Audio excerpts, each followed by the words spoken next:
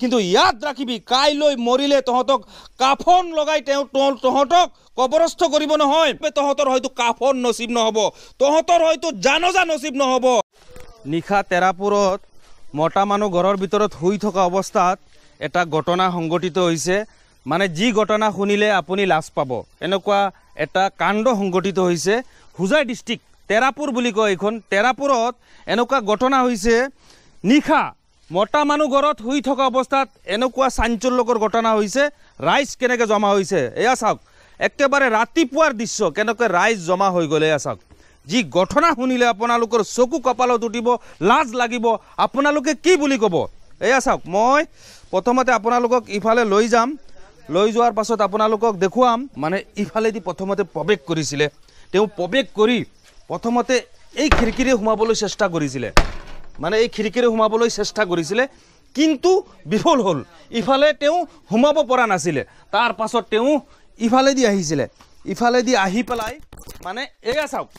এটা মানে ভাঙি পেলালে এটা মানে ৰডেৰে চাবুল বুলি কয় চাবুল ইফালে সোমাই দি মানে চাবুলেৰে ভাঙি পেলালে ভাঙি পেলাই তেওঁ ইফালে ইয়াতে আকৌ ৰড আছে যাৰ বাবে এই মানে ইফালে ভিতৰত সোমাব পৰা নাই আৰু যাৰ বাবে এয়া চাওক খেৰেকীৰ ওচৰত এয়া চাওক অতি মূল্যৱান এটা পৰিয়ালৰ সপোন যিটোৰ লগত জড়িত অগুৰুৰ মাল কিন্তু এই তাৰ পাছত ইয়াতে এনেকৈ হাত সোমাইছে যিহেতু ৰড ভাঙি সোমাব পৰা নাই এনেকৈ হাত সোমাই এনেকৈ এটাকৈ ওলালে মালবোৰ এটা এনেকৈ ওলাই বেগত ভৰালে মানে অলপমান বাকী আছে মানে 200 গ্ৰামমান নহ'ব কিন্তু 2 কিলো মাল লৈ গ'ল 2 কিলো 1.5 লাখ টকাৰ মাল যিগৰাকী আব্দুল হান্নানৰ মাল নিছে তেওঁৰ মাত্ৰ 1.5 লাখ টকাৰ পুঞ্জি 1.5 লাখ টকা লৈ আপাৰ আসামত যায় তেওঁ বেলেগ বেলেগ ঠাইত গৈ মাল আনে ঘৰত বটালি মাৰে আৰু ইছলামনগৰ বজাৰত মাল বিক্ৰী কৰে পৰিয়াল পোহপাল দিয়ে এই 1.5 লাখ টকাই তেওঁৰ পুঞ্জি তেওঁ কোটিপতি মানুহ নহয় যাৰ বাবেতো আব্দুল হান্নানক চাবৰ কাৰণে ইমান মানুহ জমা হৈছে ইমান ৰাইজ জমা হৈছে আজি কাৰণ আব্দুল হান্নান কোটিপতি হ'লে গাঁৱৰ মানুহ ক'লে হয় হে যা কোটিপতি মানুহৰ 1 লাখ টকা গৈছে এইবোৰ মেটাৰ নহয় যাৰ বাবে যেহেতু এই আব্দুল হান্নান মই দেখুৱাইছোঁ এইফালে চাওক আপোনালোকে চাওক এয়া এই আব্দুল হান্নান চাওক বৰ দুখ লাগিছে চিনাকি মানুহ যেতিয়া এই কামবোৰ কৰে চিনাকি মানুহ হ'বও পাৰে হ'বই ইয়াত বাংলাদেশৰ মানুহ আহিব বাংলাদেশৰ মানুহ নাহে সি কেনেকৈ জানিব খিৰিকীৰ লগত মাল আছে খিৰিকী ভাঙিলে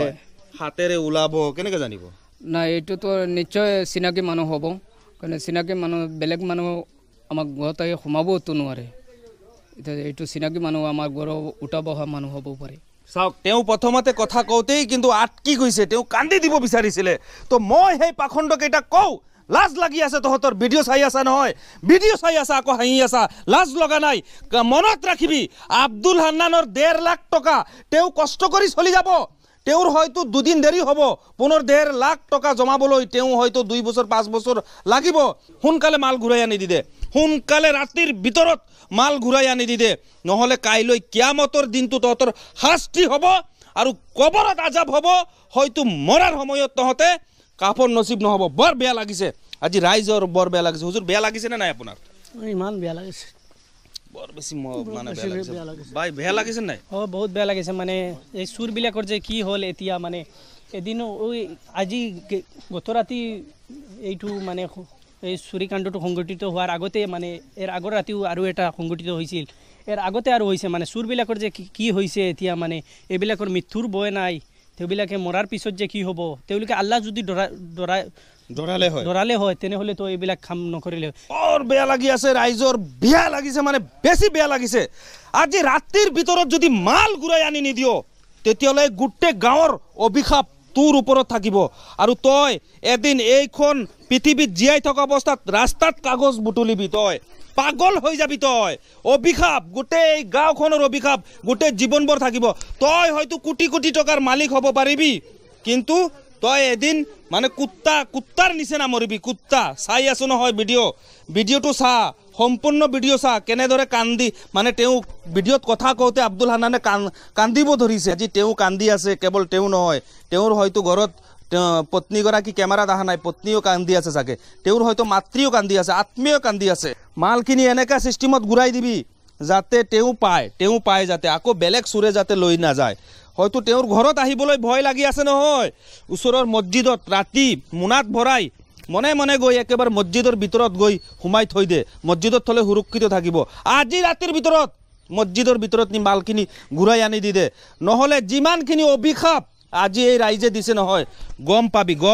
গম পাবি বেছি একো কথা নকওঁ কিন্তু এটা কথা মনত ৰাখিবি মৰাৰ আগত হয়তো তোৰ কলিমা নসিব নহব ডাইৰেক্ট কৈছো হয়তো কলিমা নসিব নহব হয়তো কুত্তাৰ নিচিনা মৰিবি তই ঠিক আছে আজি ৰাতিৰ ভিতৰত তই ওচৰৰ মছজিদখনত নি মালখিনি তই দি দে তইতো ডাইৰেক্ট অপেন আহি মাল দিব নোৱাৰ মই তোক অনুৰোধ জনাইছো তই এই মালখিনি ঘূৰাই দিলে হয়তো তোক আল্লাহ বেলেগ ৰাস্তা এটা খুলি দিব হয়তো তই মানে তোৰ কপাল খুলি যাব তোৰ এদিন সন্তান পত্নীৰ হয়তো ভৱিষ্যত ভাল হ'ব ভাল নহলে অন্ধকাৰ হ'ব বৰবাদ হ'ব মালখিনি ঘূৰাই দি দে আৰু সকলোৱে শ্বেয়াৰ কৰিব যাতে এই চুৰটোৰ হৃদয় গলে আৰু এই চুৰটোৰ ওচৰত যাতে ভিডিঅ'টো গৈ পায় চুৰে যাতে ভিডিঅ'টো চাই আব্দুল হান্নানৰ মালখিনি যাতে ঘূৰাই দি দিয়ে